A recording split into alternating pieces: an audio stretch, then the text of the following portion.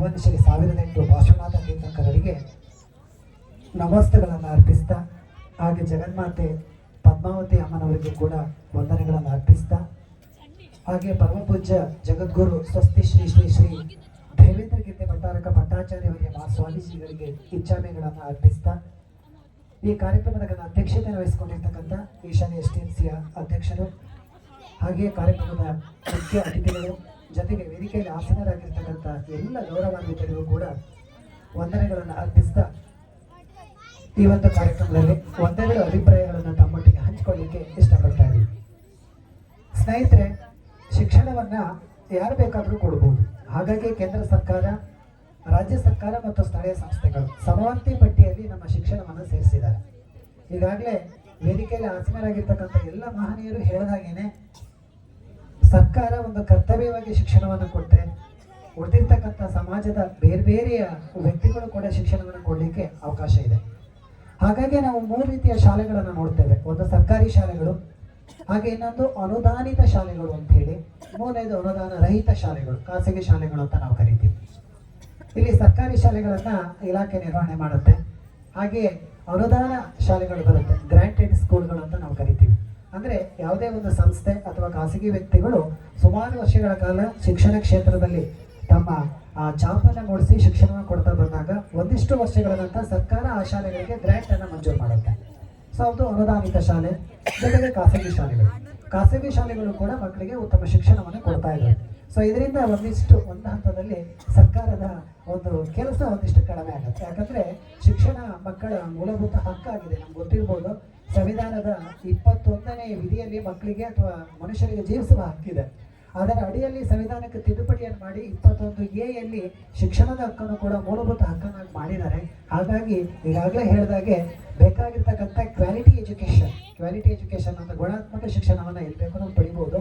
ಆ ನಿಟ್ಟಿನಲ್ಲಿ ಶಿಕ್ಷಣವನ್ನು ಬೇರೆ ಬೇರೆ ವ್ಯಕ್ತಿಗಳು ಕೊಡ್ಲಿಕ್ಕೆ ಅವಕಾಶ ಇದೆ. ಹಾಗೆಯೇ ಒಂದನ್ನು ಗಮನಿಸಬೇಕು, ಸುಮಾರು ನಮ್ಮ ಕರೂರು ಹೋಬಳಿಯಲ್ಲಿ 45 ಸರ್ಕಾರಿ ಶಾಲೆಗಳಿದಾವೆ. ಆ 45 ಸರ್ಕಾರಿ ಶಾಲೆಗಳಲ್ಲಿ ಖಾಸಗಿ ಶಾಲೆಗಳು ಸುಮಾರು ಒಂದು 20 ವರ್ಷಗಳ ಹಿಂದೆ 3 ಶಾಲೆಗಳಿದ್ವು. ಅಂದ್ರೆ ಆರಂಭದಲ್ಲಿ 2 ಶಾಲೆಗಳು ರಚನೆ ಆದವು, ಸ್ಥಾಪನೆ ಆದವು. ಒಂದು ಜ್ಞಾನಭಾರತಿ ಕಿರಿಯ ಪ್ರಾಥಮಿಕ ಶಾಲೆ ಹಾರಿಗೆ 2004ರಲ್ಲಿ ಆರಂಭವಾಯಿತು. ತದನಂತರದಲ್ಲಿ ತುಮರಿಯಲ್ಲೂ ಕೂಡ ಧರಣೇಂದ್ರಪ್ಪ ದೇವೇಂದ್ರ ಮುತಿಗೆ ಅಂತೇಳಿ ಇನ್ನೊಂದು ಶಾಲೆಯು ಕೂಡ ಆರಂಭವಾಯಿತು. ಸೊ ಹೀಗೆ ಶಾಂತಿನಿಕೇತನ ಹಾರೆಗೊಪ್ಪ ಅಂತ ಇನ್ನೊಂದು ಶಾಲೆಯು ಕೂಡ ಆರಂಭವಾಯಿತು.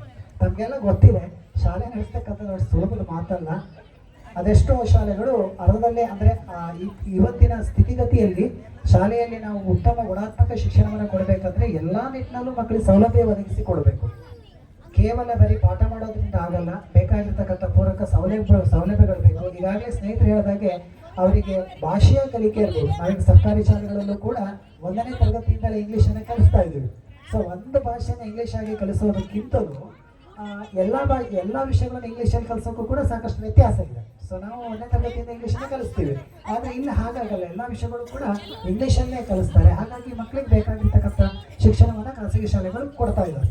ಸೊ ಈ ನಿಟ್ಟಿನಲ್ಲಿ 3 ಶಾಲೆಗಳು ಆರಂಭವಾದವು, ಆದರೆ 2 ಶಾಲೆಗಳು ಪ್ರಸ್ತುತ ಈಗ ಕಾರ್ಯನಿರ್ವಹಣೆ ಮಾಡ್ತಾ ಇದೆ. ಸೊ 45 ಶಾಲೆಗಳ ಜೊತೆಗೆ 2 ಖಾಸಗಿ ಶಾಲೆಗಳು, ಒಟ್ಟು 47 ಶಾಲೆಗಳು ನಮ್ಮ ಕರೂರು ಹೋಬಳಿಯಲ್ಲಿ ನಡೀತಾ ಇದ್ದಾವೆ. ಸೊ ಕಳಸೊಳ್ಳಿಯಿಂದ ಪ್ರಾರಂಭಗೊಂಡ್ರೆ ಈ ಕಡೆ ಕೋಗಾರೂರು ಸುಮಾರು 2500 ವಿದ್ಯಾರ್ಥಿಗಳು ವ್ಯಾಸಂಗ ಮಾಡ್ತಾ ಇದ್ದಾರೆ. ಸೊ ಅದರಲ್ಲಿ ಸರ್ ಹೇಳಿದಾಗೆ ನಮಗೆ ಆಂಗ್ಲ ಮಾಧ್ಯಮದ ಶಿಕ್ಷಣದ ಶಾಲೆ, ಅದರಲ್ಲೂ ಕೂಡ 20 ವರ್ಷಗಳಿಂದ ಶಿಕ್ಷಣ ಕೊಡ್ತಾ ಇರ್ತಕ್ಕಂಥದ್ದು ಇದೊಂದು ಶಾಲೆ ಮಾತ್ರ. ಹಾಗೆ ಇನ್ನು ಉಳಿದಿರ್ತಕ್ಕಂಥ ಶಾಲೆಗಳು ಕೂಡ ಕೊಡ್ತಾ ಇದ್ದಾವೆ. ಹಾಗಾಗಿ ಈ ಭಾಗದ ಜನರಿಗೆ ಬಹಳ ಮುಖ್ಯವಾಗಿ ಇಂಗ್ಲಿಷ್ ಮಾಧ್ಯಮದಲ್ಲಿ, ಆಂಗ್ಲ ಮಾಧ್ಯಮದಲ್ಲಿ ಶಿಕ್ಷಣ ಕೊಡ್ತಾ ಇರ್ತಕ್ಕಂಥ ಈ ಸಂಸ್ಥೆಗೆ ನಾವೆಲ್ಲರೂ ಕೂಡ ಧನ್ಯವಾದಗಳನ್ನು ಹೇಳೋಣ.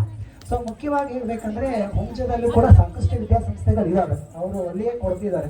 ಇವನ್ ಕಂದಳಿ ಮಠದಲ್ಲೂ ಕೂಡ ಸುಮಾರು 110 ವಿದ್ಯಾರ್ಥಿಗಳಿಗೆ ಉಚಿತವಾಗಿ ಶಿಕ್ಷಣವನ್ನು ಅಲ್ಲಿ ಮಠದಲ್ಲೇ ಕೊಡ್ತಾ ಇದ್ದಾರೆ.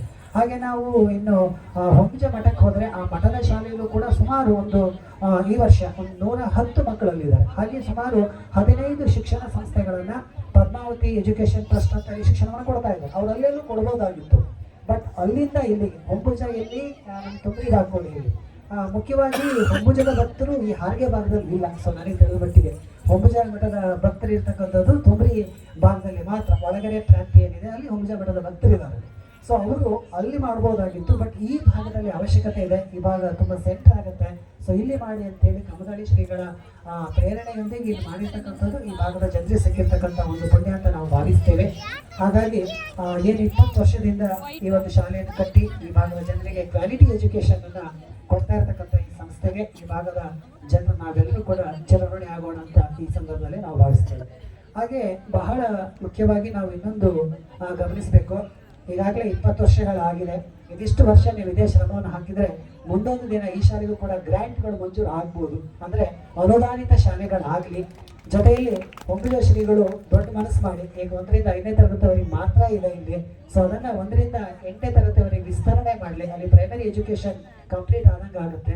ಸೊ ನೆಕ್ಸ್ಟ್ ಇನ್ನು ದೂರದ ಊರುಗಳಿಗೆ ಮೊರಾರ್ಜಿ ಇರ್ಬೋದು ಅಥವಾ ನವೋದಯ ಇರ್ಬೋದು ಅಥವಾ ಕಾರ್ಕಳ, ಕೊಲ್ಲೂರು ಈ ಕಡೆಗೆ ಮಕ್ಕಳನ್ನ ಕಳಿಸ್ಬೋದು. ಬಟ್ ಏನಾಗಿದೆ 1ರಿಂದ 5ನೇ ತರಗತಿವರೆಗೆ ಮಾತ್ರ ಆಂಗ್ಲ ಮಾಧ್ಯಮ ಇಲ್ಲಿ ಸಿಗುತ್ತೆ, ಬಟ್ 6-7ಕ್ಕೆ ಮುಂದೇನೆನ್ನುವ ಪ್ರಶ್ನೆ ಆಗುತ್ತೆ. ಸೊ ಒಂದಿಷ್ಟು ಮಕ್ಕಳು ಚುರುಕಿರ್ತಕ್ಕಂಥವ್ರು ನವೋದಯ ಎಕ್ಸಾಮ್ ಬರೋ ಪಾಸ್ ಆಗಿ ಆಂಗ್ಲ ಮಾಧ್ಯಮ ಶಾಲೆಗೆ ಸೇರ್ಕೊಂಡ್ಬಿಡ್ತಾರೆ, ಮೊರಾರ್ಜಿ ಅವರು ಸೇರ್ಕೊಡ್ತಾರೆ. ಬಟ್ ಉಳಿದಿರ್ತಕ್ಕಂಥ ಮಕ್ಕಳಿಗೆ ದೂರ ಕಳಿಸ್ಲಿಕ್ಕೆ ಆಗಲ್ಲ. ಹಾಗಾಗಿ 1ರಿಂದ 7ನೇ ತರಗತಿವರೆಗೆ ಆಂಗ್ಲ ಮಾಧ್ಯಮದಲ್ಲಿ ಕೊಟ್ಟರೆ ಈ ಭಾಗದ ಮತ್ತಷ್ಟು ವಿದ್ಯಾರ್ಥಿಗಳಿಗೂ ಕೂಡ ಹೆಲ್ಪ್ ಆಗುತ್ತೆ ಅಂತ ಹೇಳಿ ಈ ಸಂದರ್ಭದಲ್ಲಿ ನಾವು ಭಾವಿಸ್ತೇವೆ.